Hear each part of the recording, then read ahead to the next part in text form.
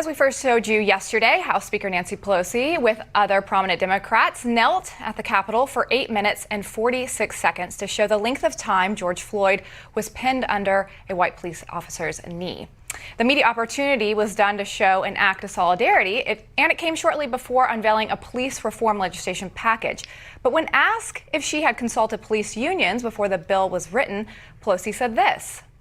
I don't know where the police unions will be on this, but I do know where the American people are, and they want us to have liberty and justice for all as we protect them. The issue of safety and liberty is a constant balance in our country.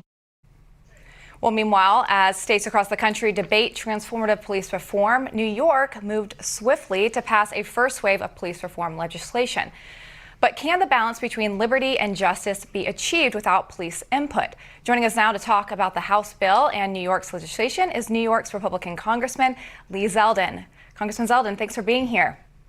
Good to be back with you. Hey, so Congressman, here's the thing. Obviously, some things need to be done. We just talked to the head of the International Police Chiefs Association. He made it clear that there are some reforms that they can buy into. The big question I have for you is this a state or a local, state, or a federal issue? Well, this is best resolved at the local level. If you have an issue within your ranks where crimes are being committed, or you have issues with individuals not treating suspects equally, and you're seeing racism or some other aspect of discrimination, if you have strong local leadership to be able to deal with that, that's ideal. To paint with one broad brush, where if you have an issue going on in one city where you're just going to act as if all law enforcement everywhere in America is all bad and the entire system is just totally screwed up, that ends up a little bit divorced from the reality that almost 100% of law enforcement are selfless, dedicated patriots who love their job and would risk their lives for their entire community. So that's the concern when you try to go with a one-size-fits-all approach to this, where the strong local leadership can take care of a lot of the concerns that are being raised. Yeah, I get that, right? Because, and the police chief just said so much that there are some localities that are behind the curve. I'm a small government kind of guy, but speaking politically, Nancy Pelosi puts this bill on the floor that talks about banning chokeholds, defining lynching as a federal crime. That's going to put Republicans in a box. I mean, I think it's right now there seems to be a lot of support for reforming this. I get where it should happen, but if it's not, Congress comes in and does this, are Republicans going to get put into a corner on this, or can they get behind what Pelosi's looking to do? This bill, as is legislation that I wouldn't be able to get behind, because you're going to have law enforcement more concerned about being sued than doing their job. They're also getting into no-knock warrants and other aspects of policing where the speaker didn't follow any type of what they call regular order. This isn't a product of committees of jurisdiction having meetings and hearings and hearing ideas.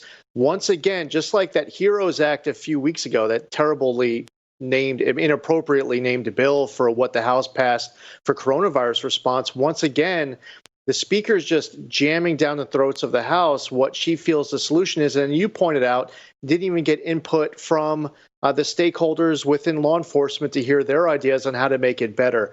So because of the flaws that are in this bill, I could speak for myself in saying that I'm a no on this bill. And if you have any good ideas, Congress has constantly weighed in through the years, through the decades and generations on reforms that protect civil rights, that improve our system.